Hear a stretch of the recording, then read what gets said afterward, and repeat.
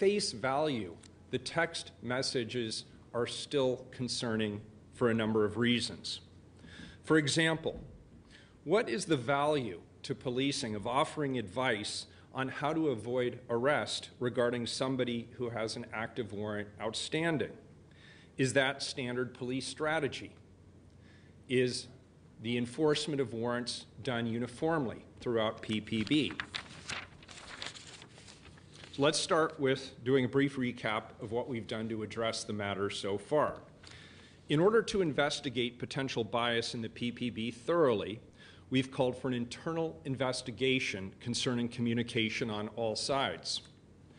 I want clarity on the type of communication PPB is engaging with all demonstrators. Chief Outlaw and I are also going to implement training for the Portland Police Bureau around how to identify white supremacy based on the recommendations of the Oregon Justice Resource Center, the Council on American Islamic Relations Oregon, CARE Oregon, and the Western States Center. I've also called for an independent investigation to review the potential existence of bias in the actions of the PPB leading up to and during demonstrations involving alt-right and anti-fascist protesters. Chief Outlaw agrees that this is a necessary step and is more than ready to do the work alongside me. Now, we need to wait for the facts. That's why I want to see all communications between liaisons and demonstrators right now. We've only been talking about communications between Lieutenant Nia and Joey Gibson. And I want to make this crystal clear. Lieutenant Nia is entitled to due process. At face value, while I believe these texts don't look good, but now we've had a couple of days to process this story, and there are elements of information gathering that are unfamiliar to the public. We know that the Portland Police Bureau reaches out to all sides in demonstrations. For my part, I intend to reserve further judgment until both the internal investigation and the independent external investigation are both completed. I want to shift gears to the proposed expansion of the Zenith Oil Terminal in the city of Portland. In 2014, Zenith Energy applied for a building permit to construct infrastructure that would allow them to offload and operationalize an increased number of oil trains in the city of Portland. This permit was issued 2 years before the City Council approved legislation in 2016 that would prohibit the construction of new fossil fuel infrastructure in the city of Portland. I supported that legislation as a candidate for mayor. As such, I'm committed to undertaking whatever action I'm permitted to ensure that there are limits placed on this proposed expansion. I do not support the proposed activity at the Zenith site. The risks associated with running oil trains anywhere, let alone through a major city, are significant. And I remember clearly the environmental catastrophe in Mosier, Oregon, 3 short years ago, when a 96-car oil train derailed. Risks of derailment, of air and water contamination, of public health hazards are ever present. Now in 2019, I'm still in full support of ensuring that the City of Portland remains committed to mitigating the effects of climate change and investing in renewable and alternative sources of energy. Switching gears to the conversation about reducing interactions between sworn police officers and people in crisis on the street and increasing opportunities for interactions with trained mental health and substance abuse professionals. Our office recently visited Eugene, Oregon to meet with members of the Whitebird Clinic there and take a look at their CAHOOTS program, which is a Eugene-based program that sends trained mental health and substance abuse experts to respond to 911 and non-emergency calls that don't necessarily need police intervention. Police, fire, the Bureau of Emergency Communications, Commissioner Hardesty is commissioner in charge of BOEC, went at a later date. Now 30 years old, CAHOOTS, which stands for Crisis Assistance Helping Out on the Streets, has at least one of its 3 mobile units, which is a combination of ambulance and primary care clinic on call every hour of every day. Like traditional law enforcement teams, CAHOOTS responds to calls that come in through a regional 911 call center where perceptive operators evaluate if incoming calls merit actual police attention or whether they could be better handled by an unarmed mental health crisis worker paired with an EMT. We were extremely impressed with what we saw. We're bringing together players at the local level now to discuss how a similar system could be created here in Portland.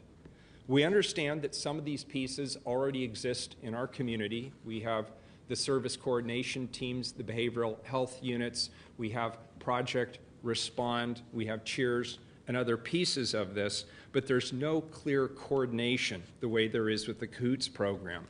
This is something that we could potentially create here in Portland.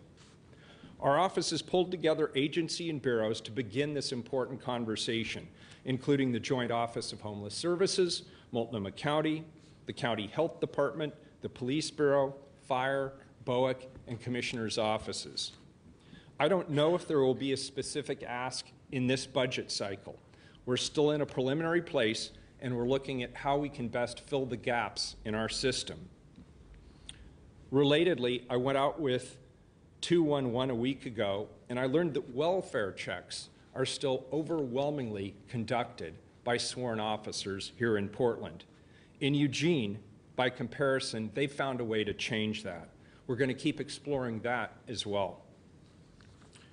I have selected a new chief of staff. Today I'd like to make that announcement to you. I've selected Kristen Dennis, who has been serving as my interim chief of staff, as my permanent chief of staff. Kristen and I, of course, have a long working relationship together.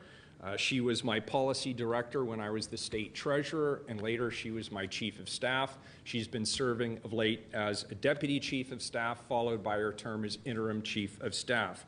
There's no question in my mind that she's the right choice for myself as mayor, and she's the right choice for my team, and I believe she's the right choice for this city. She stepped up in the last few months to serve as my interim chief of staff, and I have full confidence in her ability to continue to lead my team. With that, I will take any questions that you may have. Mayor, the union representing Lieutenant Dia and others has filed a complaint in Human Resources against you and other commissioners regarding the statements made about the tax. What's your reaction to that complaint? Well, first of all, the union has every right to be able to file those grievances, and I support that right for them to file those grievances. I believe ultimately the facts will not bear out the case they're trying to make. As I said, this was an issue that was of great concern to many people in the community. People can see the text messages. The Police Bureau, in the interest of complete transparency, has put all of those text messages on their website. I personally believe that a number of those questions, or a number of those text messages, raise significant questions. I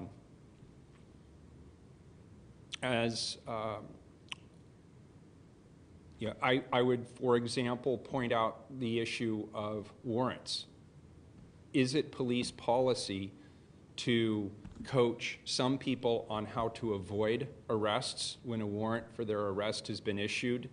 And is that a uniformly supported policy? The only way to find the answer to those questions is through an investigation. And we have proposed both an internal investigation, which is standard protocol, and an independent external investigation. And let's wait and see where the facts lie. That has not yet been determined. The chief and I are working on that. We are holding a community meeting this Thursday evening at Maranatha Church, and we'd certainly welcome people's perspectives. Who's authorized to investigate the Police Bureau? If the police chief and the police commissioner call for an investigation, provided that we have parties that are willing to participate in that investigation can move forward. With regard to specific employment questions, the internal investigation is prescribed through the labor agreement we have with PPCOA. When was the last time you had something like that done by the city? I can't answer that question because I honestly don't know when the last time was. Commissioner Hardesty is reopening a discussion around the URM ordinance tomorrow, or with the new ordinance. And I'm curious kind of what your thoughts are on the discussing and rethinking the way. Yes, the URM ordinance has been with us for a number of years. This certainly predates my tenure as mayor. As you know, this conversation has moved in several directions over the last several years. We had an independent committee that was convened by the Bureau of Emergency Management. They recommended increased seismic standards. I had proposed that we take those seismic standards and extend the timeline from 10 years or 15 years, in some cases, to 30 years. The City Council was not there and would not support the immediate increasing of seismic standards in our community, so we went down an alternative path, which was, in the absence of clear seismic standards, let's go for full transparency and providing information to the public about the known demonstrable risks of unreinforced masonry buildings in a seismic zone, which is what we have. And the council passed on a 3-2 vote last year the requirement for placarding and notification of the public and tenants. When Commissioner Hardesty was elected, she made very clear that she would side with the minority, that she would bring this back, that she would repeal it. I appreciate the fact that in her latest iteration of the ordinance, she seems to acknowledge the importance of notifying tenants of the real demonstrable risks. However, I believe that notification and that transparency should be extended to the public at large. So I still support the placarding ordinance that was passed by the City Council last year. I am highly unlikely to support any ordinance that does not allow for complete transparency and information to the public. My attitude is, why not give the public more information rather than less? Seems like a lot of arguments to that, is that along with placarding, forces building owners to kind of sign off on the contract that when they get your gear to get loans on their homes or on their buildings, refinance, ultimately pushing a lot of folks to have to sell. And I mean, that's kind of the assumption right now. How can you explain that this is not what will happen? So I don't buy those arguments for two reasons. Number one, on the face of it, we are not attaching anything. The urban legend is that this is a lien attached to people's deeds. The Bureau of Development Services and Legal Counsel have made it perfectly clear that that is in fact not the case. But it was a compelling talking point, and it's persuaded a lot of people. I would be willing to accept this ordinance with that provision removed, because I still believe it would enhance the public's safety and well-being and increase the information that's going to the public. But that option is not even being offered as a potential solution, to me, is telling. Another subject, the city joined an intergovernmental agreement on controlling homeless camps and cleanup and making it streamlining the process. We're still seeing, especially some neighbors that are concerned that those camps continue, they evolve. It's like putting out small fires and we're seeing sanitation problems.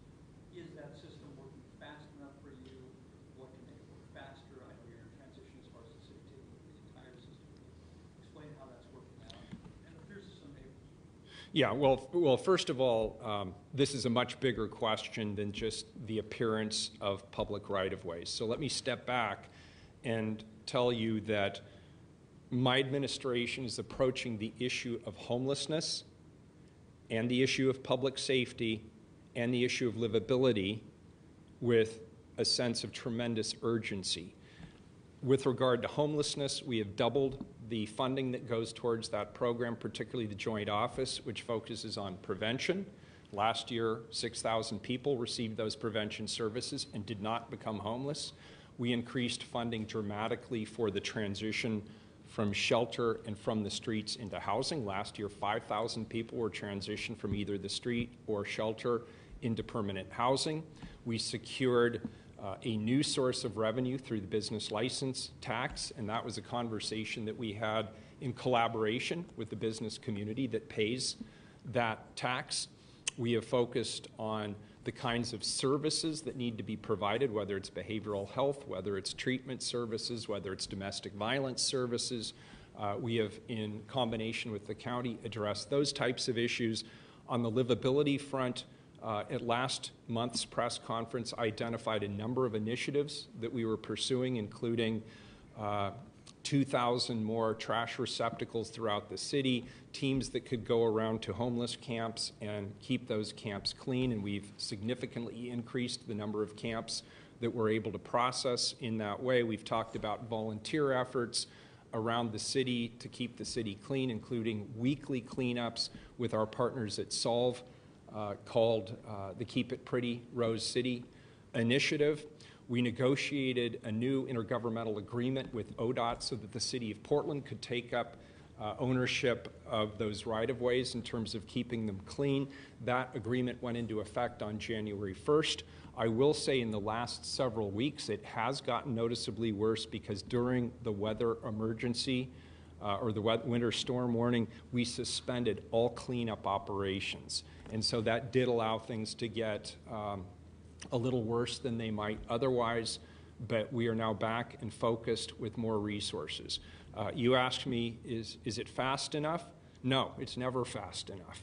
And I will come back to my colleagues in this next budget to talk about how we continue to expand our operations around livability. This is an issue we hear a lot about from the public. They expect me to be responsive and lead on this issue, and I will.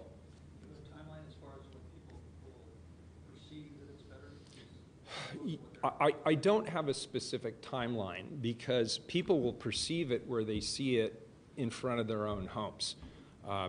You know, in the neighborhood where I live, I hear about a particular segment of I-405. I'm sure other people who live on 205 or I-84 or 26 hear about completely different areas. We prioritize these areas. We obviously look for areas that pose an immediate threat to either public safety, public health, or the environment, and those get prioritized.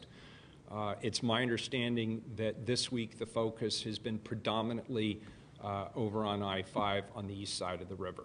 But we'll keep plugging away at it. It's a big issue, and it requires involvement from a lot of partners, but we're taking the lead on it. What options are you considering to limit the expansions and or to limit the number of oil trains that transit? You know, I can't tell you specifically what options are available because we are still evaluating those options. I'm having legal counsel take a look at what options are available to me as mayor. I also have external partners who are interested in this question from an environmental perspective. So our strategy will unfold on this as it unfolds. Today I cannot, but if you look in the media, you will see many folks, particularly the coalition that came together to support the 2016 ordinance, the fossil fuel expansion ordinance. Many of those same players will be at the table.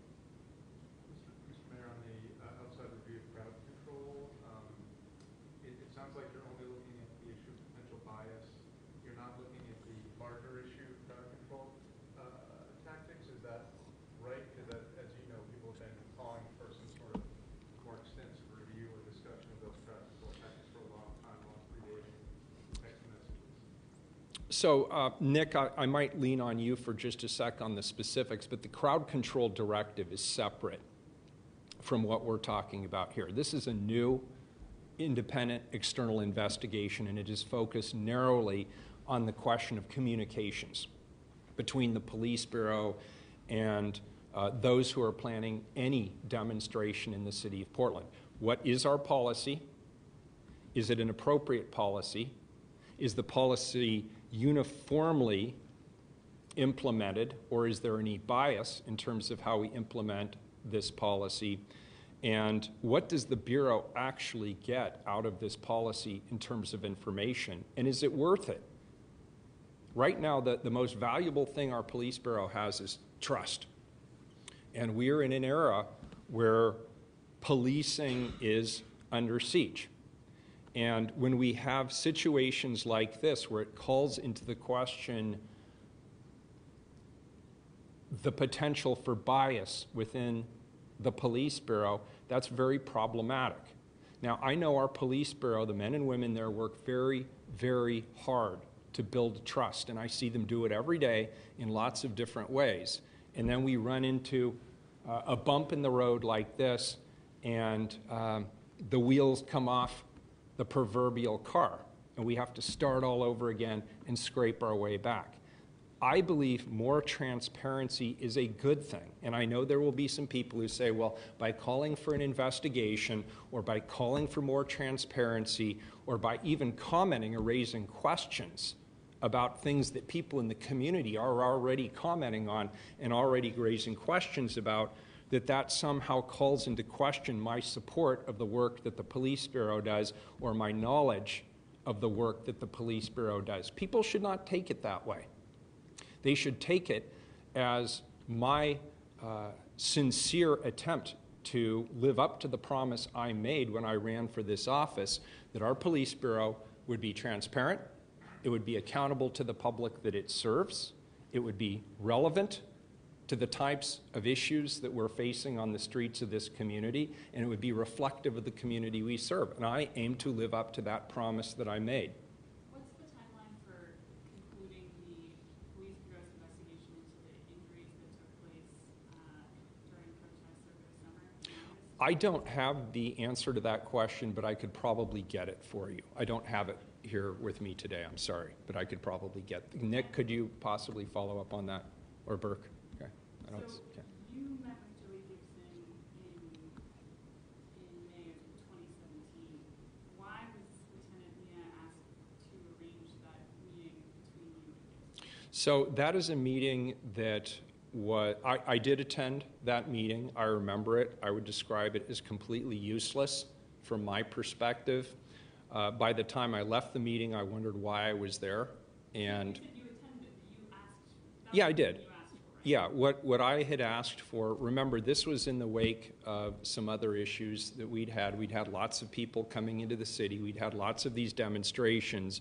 And I was hearing loudly and clearly from the public that they did not want people to come into our community, sometimes with the express intent of committing acts of violence, but at a minimum causing disturbance, at minimum putting some people in our community in a position where they were fearful, and at a minimum requiring precious police resources and taxpayer expenditures. And my recollection was I asked Mr. Gibson what we could do to mitigate those impacts, and he basically didn't have a lot to say. So I left fairly unsatisfied. What if the communication or the investigation? And by the way, just to be clear, I've had meetings and communications with lots of people who plan demonstrations, some of them more productive than others. Have you had other meetings with Mr. Gibson? No, that was the only time I've ever spoken to Mr. Gibson in person with other people present, of course. He testified last week in front of the Portland City Council. So I see him regularly. He's here in Portland, I think, more than his hometown of Vancouver. I can't really comment beyond that. What if this investigation of the lieutenant's communication shows that even though it appeared to be biased, it did prevent violence or damage from taking place in the community? How would you react to that? Well, it's a hypothetical question. I guess I'd react to it when I see the results that say that. But I think at this point we have to keep an open mind. Let's let the investigation go where it goes. And again, what we're talking about here are text messages between Lieutenant Nia and Joey Gibson. But I believe, in fact, I know that there are communications in the police bureau that go well beyond that particular individual or that particular perspective. I want to see them all. Let's just be open about it. If we believe that this is an important and legitimate police tactic, let's at least have the fortitude to hold it up to the light of day and ask ourselves, is this comporting with our policy?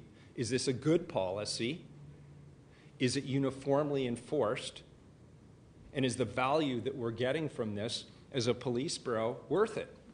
I think those are legitimate questions for me to be asking as the elected mayor of this city and as the commissioner in charge of the police bureau.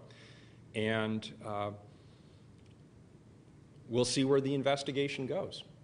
How soon would you like to start? How long should it take? You know, I don't like to put down hard timelines. It'll take as long as it takes to do it right. And it should start sooner rather than later.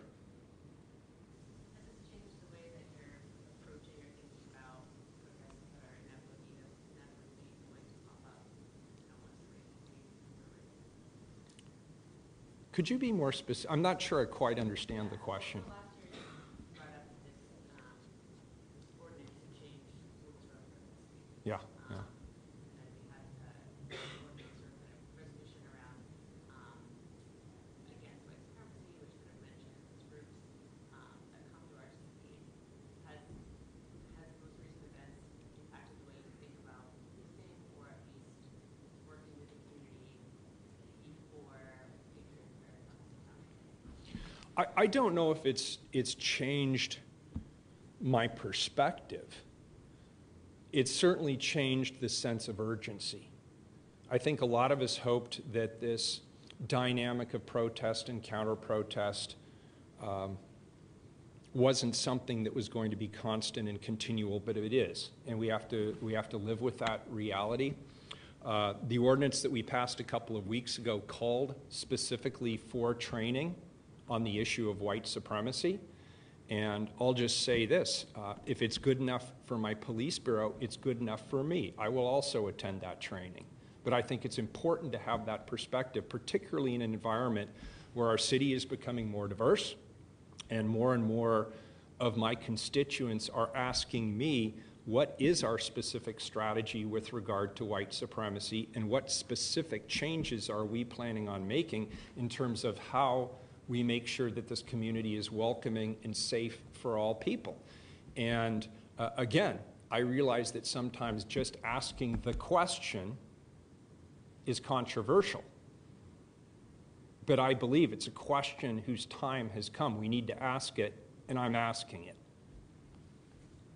So there were some reports last week or so, people with police experience saying that this is sort of the standard operating procedure. Doesn't look good, but essentially it's source management. It happens with leftist activists. It happens with right-wing activists. That this is what police are supposed to do.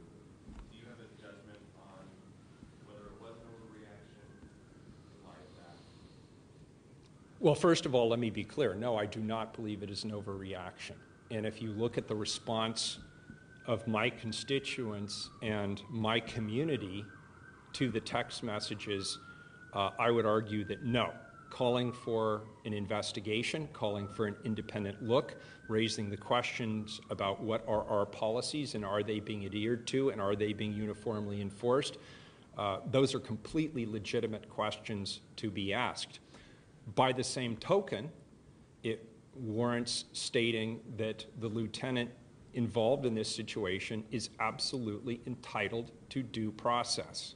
My questions actually go beyond the question of the lieutenant. My questions really are we truly enforcing our policies uniformly? And I'm going to give you a specific example, Gordon.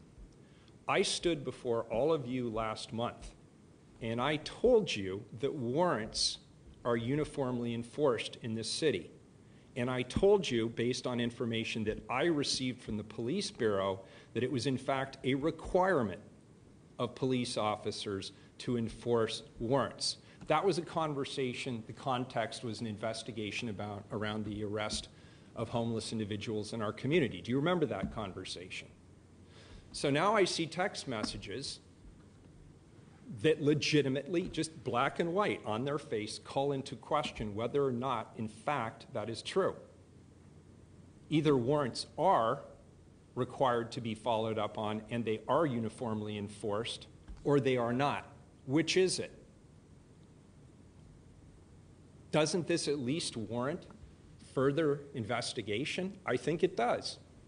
Are you saying that protest would have been a good time to enforce a warrant for one of its members? I don't know that that's what it says. That's why I would call for us to wait until the facts come out. There's context for everything. You can pull anything out of context and make it say something that it didn't say, it didn't mean. And that's why, again, I'm saying let's wait for the facts to come out. Let's finish the investigation and see what it says. Mr. Mayor, a lot of people Yes, sir. have, as you know, over the months have talked about what seems to be a disproportionate tally of arrests between the left and the right. Have you personally done anything to look into that? And what is the feedback you got? I have raised the question, but I have to admit it's been obliquely, so maybe not as directly as you just posed the question, but I have certainly raised the question of bias. It's something that people talk about all the time with regard to policing, not just here in Portland, but nationally. And when I go to mayoral conferences and the issues of public safety come up, bias is a really important issue. And that's why when Chief Outlaw, one of the reasons I liked Chief Outlaw, and one of the reasons I brought her in to lead my police bureau was because she understood these things. She understood the question of bias. And you'll remember the firestorm we went through on just the suggestion in the application that people have an understanding of the history, for example, of race in this city. A lot of people didn't like that being called out explicitly, but it was. But yes, I've raised the question, and others have raised the question publicly, and people come into this chamber approximately every Wednesday morning at about 9:31, and they raise the question of bias in policing. And the only way we can tell whether there is actual bias is through thoughtful, meaningful investigation. And again, this shouldn't be seen as a criticism of anybody. This should not lead anybody to believe that I don't support them or trust them or like the work they're doing. It should mean that I'm holding people to a very high standard. That's my job. Let me ask a question. Yes. Have you looked into why more acts of violence that were caught on film at these protests with the individuals clearly identified, why those have not led to arrest? I have not specifically myself investigated that issue. I don't know if anybody on my team has anything to. Burke, you want to come talk for a sec while I drink some coffee? This is Burke Nelson. He's my public safety advisor. Hi, good evening, or I guess afternoon, everyone. My name is Burke Nelson, Senior Advisor for Mayor Wheeler. Regarding your question, Berknalson. I believe the question was, has anyone or has the mayor looked into people who are readily identifiable and can they be arrested for acts of violence? Does that sound? Acts of violence caught on film, yeah. Right. So actually, there was a meeting on January 23rd of this year where PPB detectives, myself, the district attorney's office representative were there, and we went through, I think it was the October 23rd protests or I guess melee that took place out of Kells Olympian. And we went through frame by frame, and they broke down the difference between self-defense, where fights took place. And there are people who are identifiable on that video, but the problem is you also have to have someone who's willing to file a complaint. And so you need to get cooperation from the public. There needs to be a complainant for the police to go forward with an investigation. And so during that meeting, they explained to me why they had such difficulty filing, or not filing complaints, but arresting individuals who were identified on that video. And I can speak to you more about it offline, but it's a very complicated legal issue with self-defense and people who are, I guess, acquiescing to violence and coming in a form of mutual combat. So yes, we have looked into, to answer your question. Are you saying that people were not willing to come forward? Yes. And say that they were victims enough? Yes, That was part of why arrests happened? that is part of it, yes. You're not saying that mutual combat is not a crime? I'm not saying that mutual combat is not a crime. I'm saying that during the discussions I had with the district attorney's office, they explained to me the difficulty they're having with prosecuting individuals. They're having problems identifying individuals who are not coming forward, saying that they're victims of the violence, and then there's also people who are acquiescing to having a mutual combat. And so when that takes place, it's very hard to prosecute those type of offenses. But some of those crimes can be prosecuted without the cooperation of a victim necessarily. That is correct. Is that not possible, or is that more difficult? It's more difficult, yes. Thanks, Burke.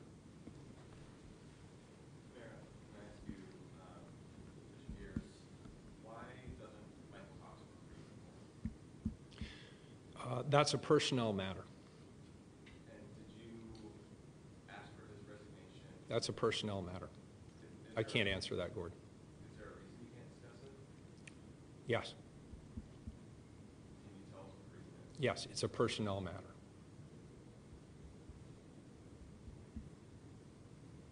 Are there any other inter-office relationships that should be disclosed?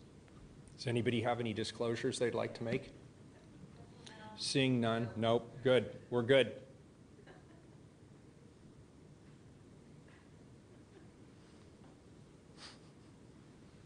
So, one of the things the lieutenant's meeting said about these text messages is that there were clear directions from your office and then from the chief's office to try to get ahead of these often violent demonstrations involving discrimination. Is that correct? I would say that at every turn, I have tried to find any way legally possible and constitutionally possible to limit these kinds of roving street brawls that we've seen on the streets of this city. Not just because that it's important to me, but because this is what the public demands. They're tired of it. And I would simply say my desire to limit these street brawls does not give anybody, nor should it give anybody, encouragement to violate policies or do things that do not comport with the values of our police bureau. Have you reflected on whether any of the instructions that came from your office may have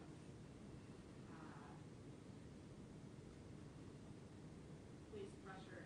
Is there anything in how you handle these demonstrations yourself or how you and your staff handle these demonstrations that you regret or that you think No, really, I have no regrets, and I'll tell you why. I don't call tactics on these demonstrations. I used to, early on in my administration, I did show up at the operations center where the decisions are being made, and there is an individual who is actually the incident commander, and then they have people working under them, and then there's a number of attorneys making sure that due process is taken care of and legal rights are being adhered to. And I went as an advisor to one such demonstration, and as a result, I spent a year in litigation with the question being, did I direct the police bureau on tactics? Did I tell them what to do? Did I tell them who to arrest and whatnot? And so since that time, I have not been present at all in the EOC.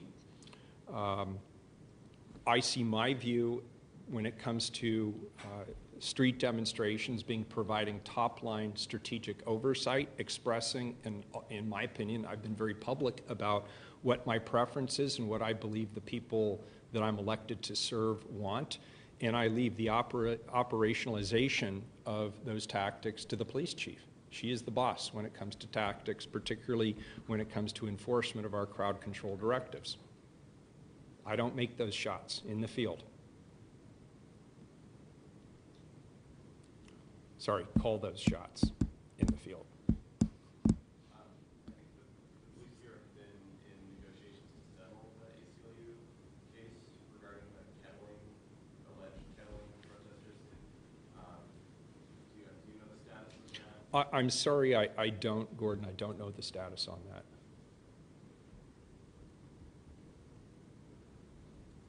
Do you feel it's, with the efforts by the state legislature, regarding potential rent control statewide, potential inclusionary zoning statewide, does that make it easier for you, or does that make it harder for you to address housing issues?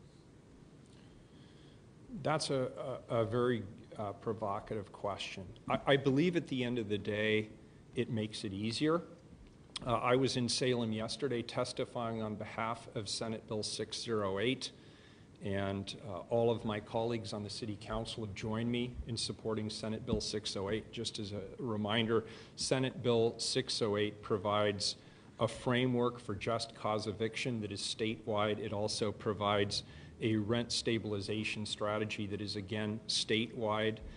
And I'll be the first to acknowledge that housing isn't just a local issue, it is a regional issue. And I think about the greater metro area. When we passed our RELO ordinance here at the City of Portland, which I think on the whole has been successful, there were others in the outskirts of Portland and those who are elsewhere in the region who did not get those same protections. And so there's been something of a back and forth between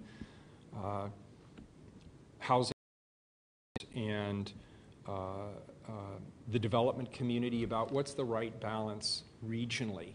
And I think by going statewide, this is a good first step. It is a measured step. It's one that I support, and it's one that ultimately I believe will lead to more stabilized housing for people across the state. And be a good thing for the Portland metro region. Here's a complaint from PCOA. At the end, they claim that statements by yourself and other commissioners reveal a lack of understanding of most police work. Your reaction to their perception of it? Well, again, they're entitled to file their grievance.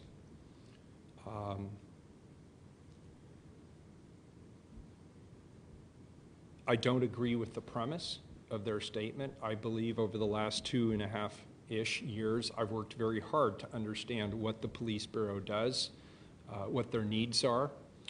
I have been a tireless advocate for the Police Bureau in terms of making sure that they get the resources and the personnel and the training and the support that they need to do their jobs well. On the whole, I've had, I believe, a very positive and very professional relationship with not only the leadership in the Police Bureau, but the rank and file in the Police Bureau as well. Are we going to disagree from time to time? Yeah, sure we are. And this is obviously one of those times.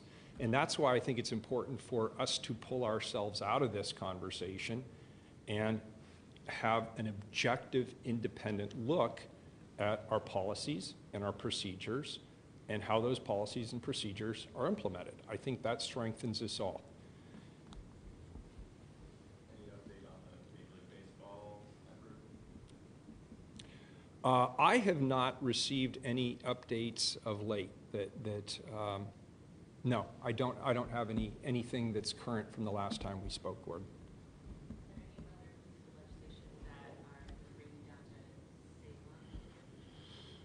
There are several pieces of legislation that have the potential to bring me to Salem. Obviously, the cap and invest strategy is one that's very important to our climate action goals. Anything that has to do with diesel particulates, I'm very interested in. As you know, diesel particulates pollute the air about 100 times more than gasoline engines. And we passed a diesel procurement policy here in the City of Portland, but frankly, I'd like to go a lot farther, and we're currently preempted at the state level, so I could see myself engaging in that. Anything that has to do with more resources for affordable housing or supportive housing in particular, or mental health or substance abuse issues in the community, the legislature knows I'm on rapid dial. I'll be there as soon as they need me to come down and support any legislation related to any of those issues. Concerns about FELA, is that include the dumping of older? Absolutely. Yeah, you know, so there at the state level, there's an opportunity here. There's the settlement with Volkswagen, and I would like to see a substantial portion of that settlement going towards helping MWSB contractors retrofit their trucks or help them secure financing for new trucks that are actually up to the current standard. And I'd like us to follow California in terms of barring the dumping of vehicles that are older and churn out a lot more diesel particulate than modern diesel engines that have been retrofitted. So yeah, there's no reason why Oregon should allow itself to be, the scrapyard of last resort for dirty diesel engines. We should fight that vociferously.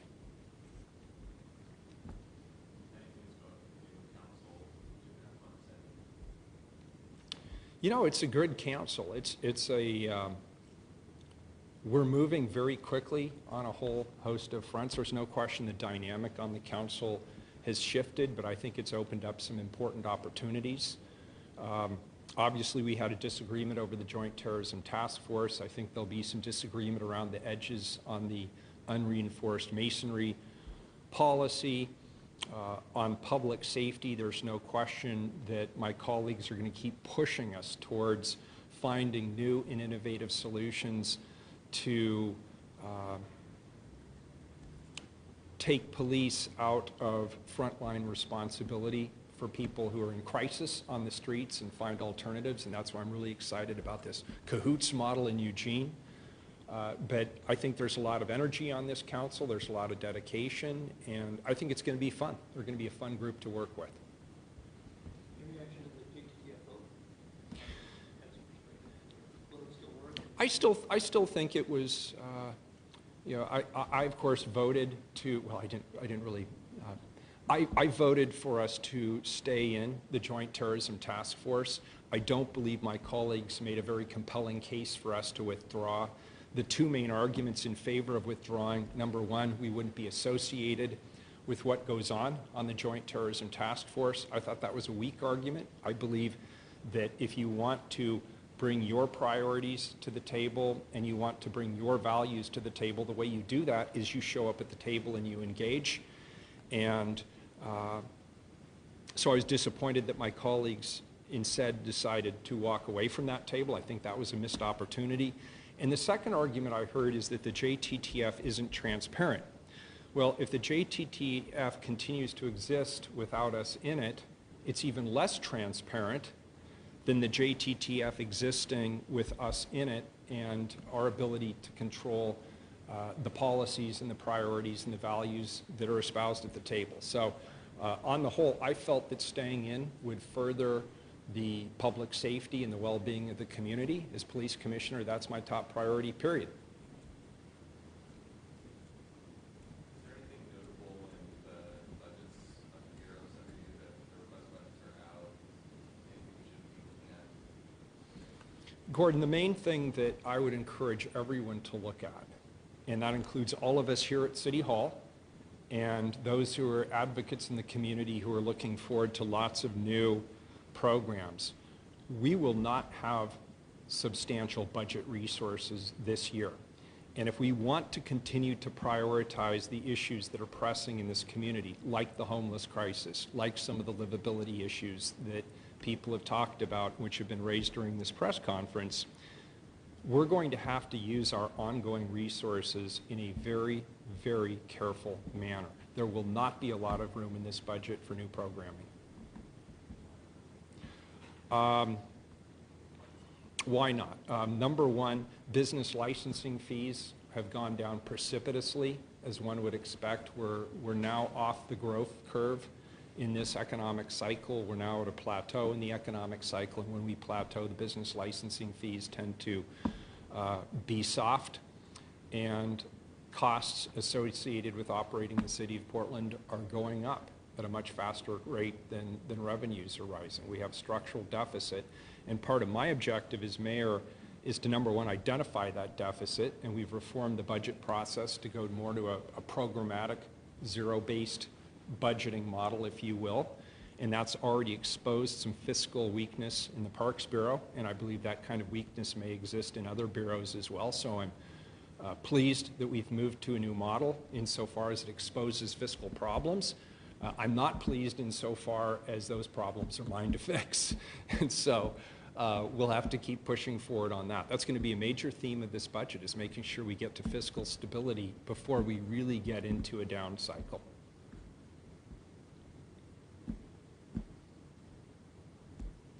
Great. Thank you, everyone. Appreciate it.